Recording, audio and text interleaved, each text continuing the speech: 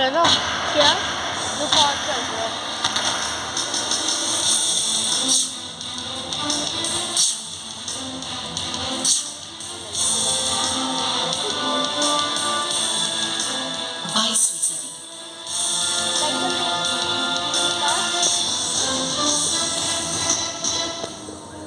Light बंद कर।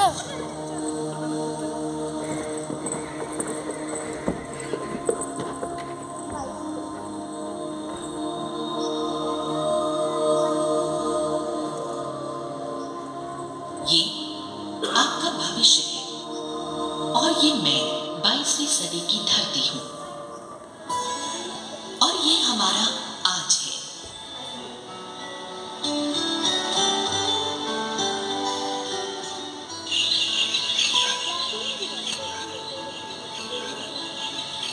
Flash बंद कर। 21वीं सदी जहाँ आप इस सुंदर दुनिया और हसीन प्रकृति के नजारे देख रहे हैं और इसके एहसास के साथ सुखी जीवन बिता रहे हैं। मेरी सतह पर होने वाला हर जैविक कार्य सूर्य की रोशनी की ऊर्जा से होता है। दिन के समय मेरी सतह सूरज की रोशनी को सोख लेती है। हालांकि इसका बड़ा हिस्सा वापस अंतरिक्ष में लौट जाता है, लेकिन मेरी सतह जितना सोख लेती है वो मुझ पर रह रहे जीवों के लिए जरूरी है।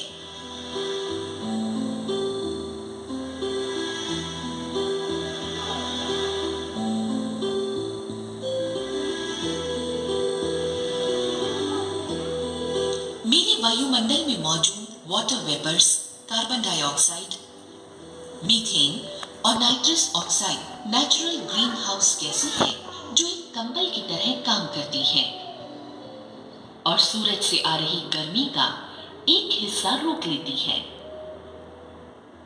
इन गैसों का वायुमंडल में ज्यादा होना भी नुकसानदेह है, क्योंकि इससे मेरे वायुमंडल का तापमान बढ़ जाता है।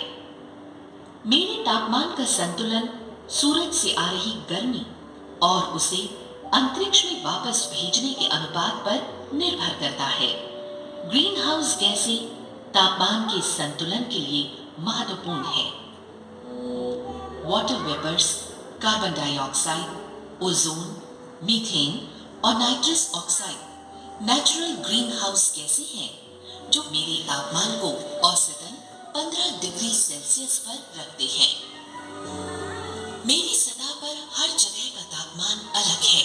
जहां दक्षिण के महादेश अंटार्कटिका में तापमान 0 से 60 डिग्री सेल्सियस नीचे चला जाता है, तो वहीं सहारा के रेगिस्तानों में ये 50 डिग्री सेल्सियस से ऊपर चला जाता है। लेकिन इन सब का औसत है तकरीबन 15 डिग्री सेल्सियस, जो जीवों, पौधों और मुझ पर रहने वाले हर जीव के जीवन के लिए बहुत अनुकूल है।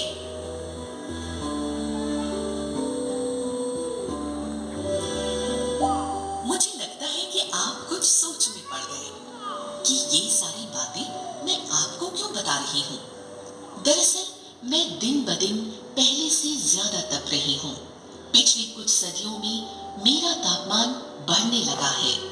तकरीबन 0.4 डिग्री से लेकर 0.8 डिग्री सेंटीग्रेड तक। ये औसत के लिहाज से बहुत अधिक है और इसके जिम्मेदार भी आप हो, सिर्फ आप। कोयला, पेट्रोलियम और ऐसे ही बाकी के फॉसिल फ्यूल कार्बन से भरपूर होते हैं। जब ये जलते हैं तो कार्बन डाइऑक्साइड में बदलकर हवा में आ जाते हैं। हवा में कार्बन डाइऑक्साइड की बढ़ती हुई मात्रा सूरज की गर्मी को वापस अंतरिक्ष में जाने से रोकती है। इससे मेरा औसत तापमान बढ़ रहा है। ये थोड़ा सा बदलाव भी मेरी प्रकृति को काफी बदल सकता है। जैसे तापमान में ये बदलाव पहाड़ों के बर्फ और ध्रुवों पर जमी बर्फीली परतों को पिघला देगा। ग्लेशियर पिघल जाएंगे और पीने लायक सारा पानी समुद्र में जाकर खारा हो जाएगा। इससे समुद्र का जल स्तर भी बढ़ेगा, जिससे ना जाने कितने तटीय क्षेत्र के गांव, जंगल और उनमें रहने वाले जीव जंतुओं की जान खतरे में पड़ सकती है।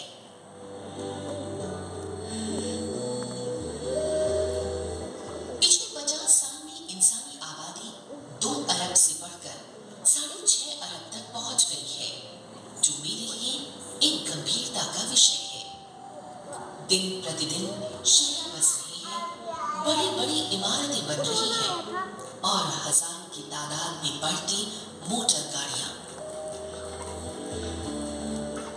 हमें ये समस्या धीमी गति से बढ़ती महसूस हो रही है, पर वास्तव में ये बहुत ही तेज गति से बढ़ रही है। कुछ महत्वपूर्ण कारण हैं जिनकी वजह से ये सब हो रहा है। ये बड़ी बड़ी कारखाने और उनकी ऊंची ऊंची चिमनियों से रोज निकलता काला धुआं इस बात का प्रमाण है कि ये हमारे पर्यावरण को कितनी हानि पहुंचा रही है। क्या आप जानते हो कि मुझे रात के समय जगमगाने के लिए आप कितनी बिजली का इस्तेमाल करते हो, और इस बिजली को बनाने में ना जाने कितना कोयला इस्तेमाल किया जाता है। आप जिन बड़े बड़े शहरों में रहते हैं, उन शहरों को बसाने और बड़ी बड़ी कारखाने लगाने के लिए ना जाने कितने ही जंगलों को काटना पड़ा है।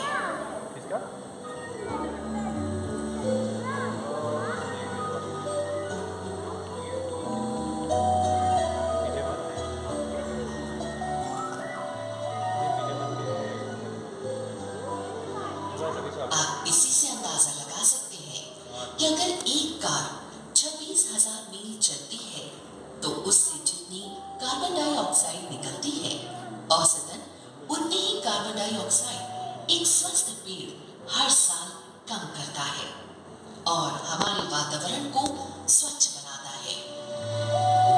एक स्वस्थ पेड़ हर साल औसतन 13 पाउंड कार्बन डाइऑक्साइड सूखता है और आपको सांस लेने के लिए ऑक्सीजन देता है, जिसके बगैर जीवन संभव ही नहीं है। अगर तापमान ऐसे ही बढ़ता रहा तो इसका असर खासकर हमारे ग्लेशियर पर पड़ेगा। पूरे उत्तर भारत के मैदान को सींचकर उपजाऊ बनाने वाली गंगा गंगोत्री ग्लेशियर से निकलती है, जो मध्य हिमालय का 30.2 किलोमीटर लंबा ग्लेशियर है।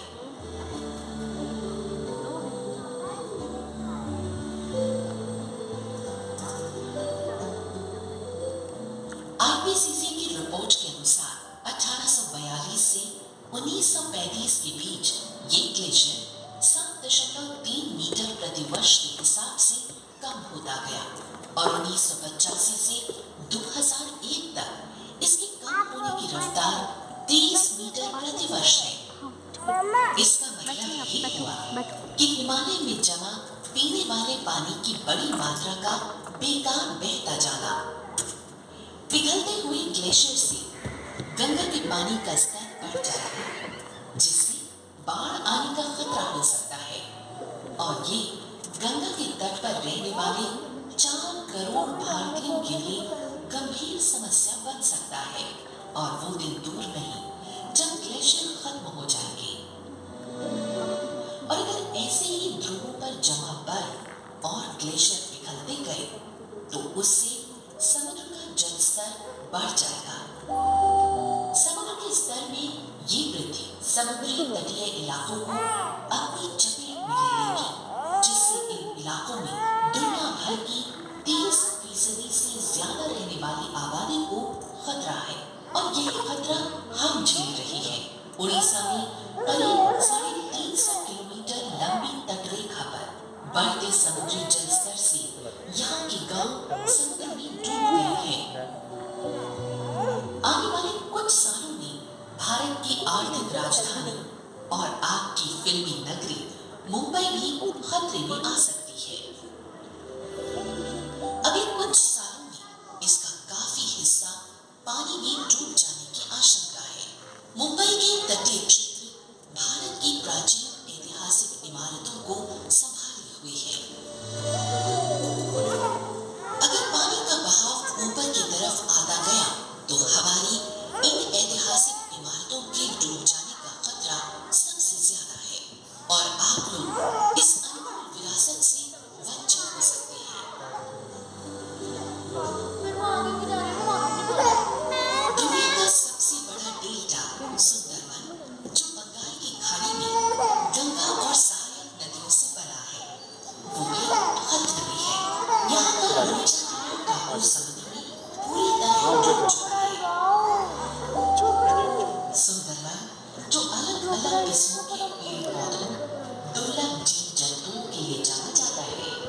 वो इस खतरे की चपेट में आ गया है।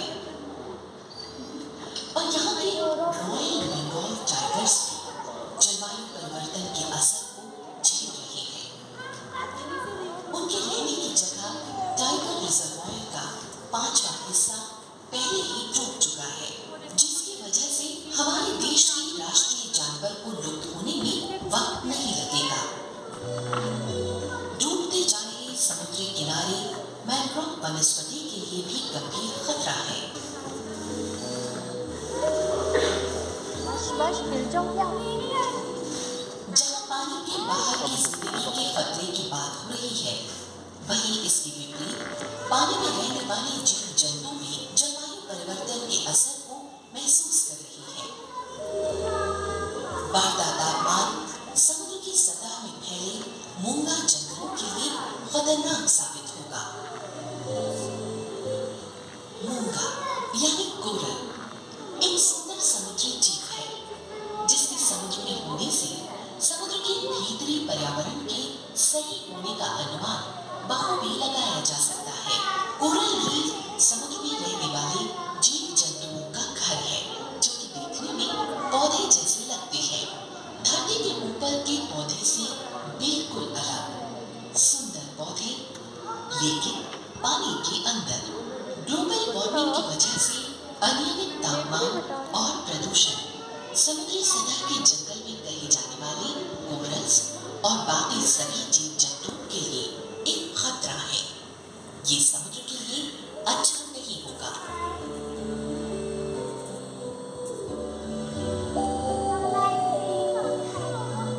धरती पर आ रहे इस बदलाव से कितनी चीजें बदल रही है। आने वाले वक्त में संसार अनाज और खाने वाली चीजों की किल्लत को भुगत रहा होगा।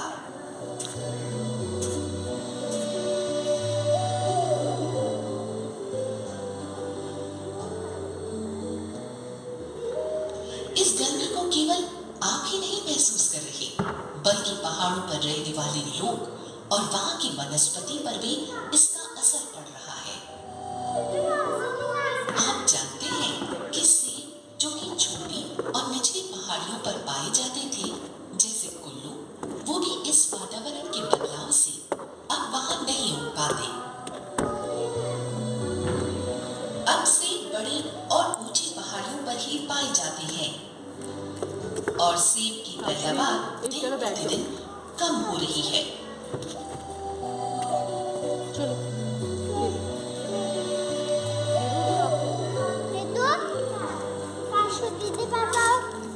इस बदलाव का असर पहाड़ों पर ही नहीं, मैदानों पर भी पड़ा है। बारिश का पैटर्न बदल रहा है, जिससे धान की पैदावार पर असर होगा। क्लाइमेट चेंज का असर विनाशकारी होगा। मूसलाधार बारिश के मौके बढ़ते जाएंगे। मौसम का आना जाना और रूप अनिश्चित होगा। दुनिया भर में तापमान बढ़ेगा। जम्मू का मौसम छोटा होता जाएगा। मौसमों में आने वाला ये बदलाव आपकी जिंदगी को सिरे से बदल देगा। क्या ये सब बातें आपको चिंतित नहीं कर रही? हालांकि जलवायु परिवर्तन को रोक तो नहीं सकते, लेकिन इसे धीमा और कम करने में आप बहुत बड़ी भूमिका निभा सकते हैं। आपको बस अपने पर्यावरण को लेकर थोड़ा सावधान रहने की आवश्यकता है और अपने लाइफस्टाइल में थोड़ा बदलाव लाने की भी जरूरत है। आपकी पीढ़ी बिजली और यातायात सुविधाओं के बगैर रह नहीं सकती, लेकिन आप इनके उत्पादन के तरीके में बदलाव ला सकती हैं और इसके लिए आपकी पीढ़ी के हाथों में है विज्ञान की ताकत। जैसे चमकते सूरज से दिन में सौर ऊर्जा का इस्तेमाल बिजली पैदा करने के लिए आप कर सकते हो। आपकी छत पर अगर सोलर पैनल लगा दिया जाए तो इससे पानी को भी गर्म किया जा सकता है। बहने वाली हवा में भी बहुत ऊर्जा होती है। ये बहती हुई हवा विंडमिल को घुमाती है, जिससे बिजली पैदा होती है और प्रदूषण भी नहीं फैलता। ये सभी रिन्यूएबल एनर्जी के सोर्सेज हैं। इनके अलावा रिन्यूएबल एनर्जी के और भी कई साधन हैं, जैसे hydel power generation, nuclear power generation, tidal power, geothermal power, wave energy, hydrogen fuel इत्यादि। अगर आप इन चीजों को ध्यान से समझें और अपने जीवन में इनका उपयोग करें, तो आपको कितना लाभ हो सकता है, इसका अंदाजा भी नहीं लगाया जा सकता। ये न सिर्फ बिजली बचाएगा, बल्कि आपके पैसे और पर्यावरण भी।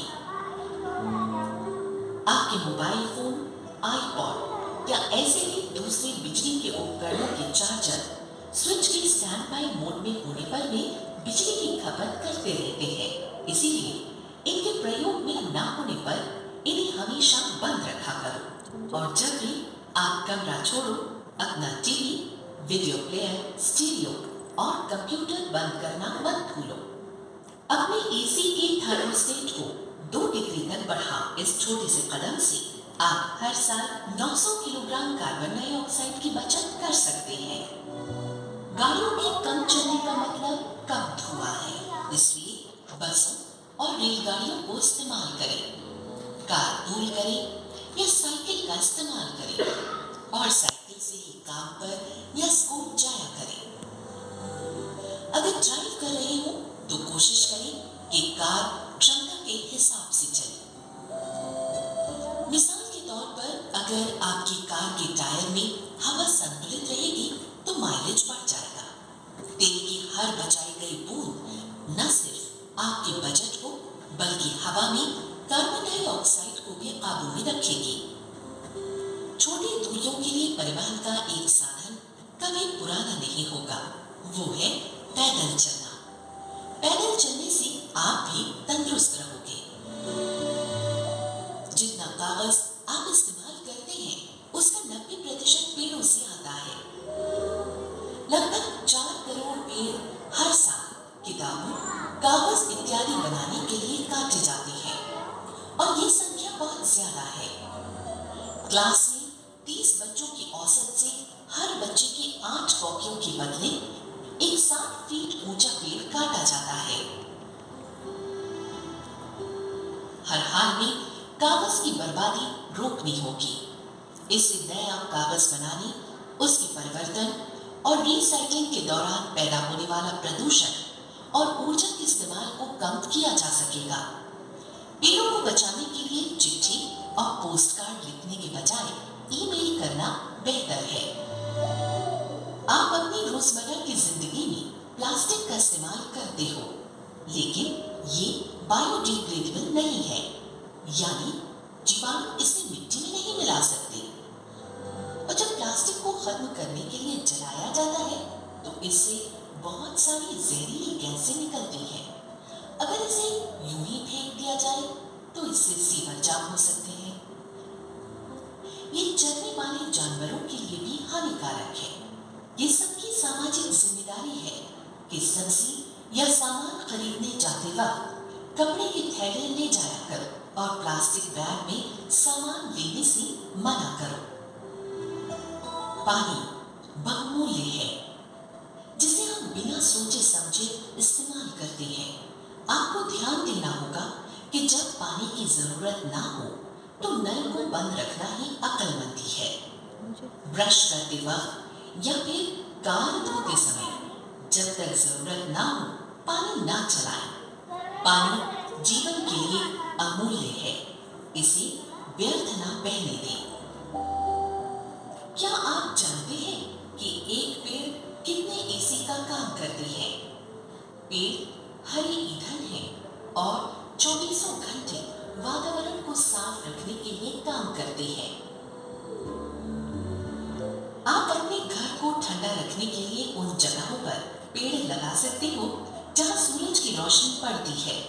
साथ ही ब्लाइंड्स या पर्दे खींचकर आप एयर कंडीशनर की जरूरत को बहुत हद तक कम कर सकते हो। डिसीडियस पेड़ सर्दियों में अपने पत्ते गिरा देते हैं। इससे उन दिनों में जब आपको गर्मी की जरूरत होगी, सूरज की किरणें आसानी से आप तक पहुंच पाएंगी, वो भी बिना खर्च बढ़े। और गर्मियों में ये पेड़ आपको एसी के फायदे देते रहेंगे और इस तरह आप सब मुझे हरा भरा भी रखेंगे। रोशनी के लिए बिजली के लैंप्स के बजाय कॉम्पैक्ट फ्लोरेसेंट लैंप्स यानी CFL घरों में लगाओ। CFL सामान्य बल्ब के मुकाबले 1/4 बिजली की खपत करती है और उनसे 8 गुना ज्यादा टिकाऊ भी होते हैं। अब तो बाजार में नए LED बल्ब भी उपलब्ध हैं, जिससे बिजली की खपत कम होती है। LED की लाइफ CFL से ज्यादा है, जो 30,000 घंटे या उससे ज्यादा के लिए चल सकते हैं। इसलिए बिजली की बचत करने वाले और कम खपत करने वाले बिजली के उपकरणों के इस्तेमाल से आप मेरी सेहत का ध्यान रख सकते हैं। एनर्जी एफिशिएंट उपकरणों का इस्तेमाल करो। 2 से 10 गुना कम बिजली की खपत करने वाले उपकरण 1 से 5 स्टार रेटिंग के होते हैं, जिसके जितने ज्यादा स्टार होंगे वो उतना ही एनर्जी एफिशिएंट माना जाएगा। बहुत जरूरी ना हो तो नए की जगह रिसाइकिल सामान खरीदो। इससे इस चीज के बनने में लगी ऊर्जा का बेहतर उपयोग हो पाएगा। कागज, प्लास्टिक, अखबार और एल्युमिनियम प्लेट्स को रिसाइकिल करने की कोशिश करो। जब भी आप अपना नया घर बनाएं, तो ग्रीन बिल्डिंग बनाएं, जहां प्राकृतिक संसाधनों जैसे पानी, ऊपरी मिट्टी या ऊर्जा का कुशलतापूर्वक उपयोग किया जाता है।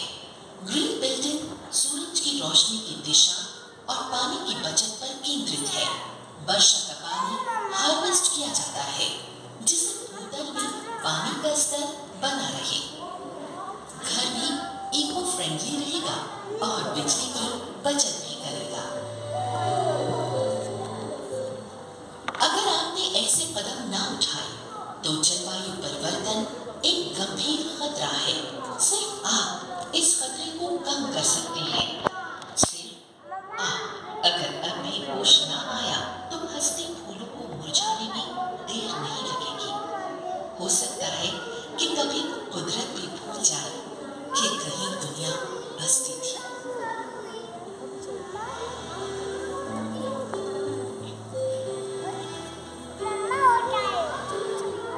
Think smart, think green. To save yourself, save me.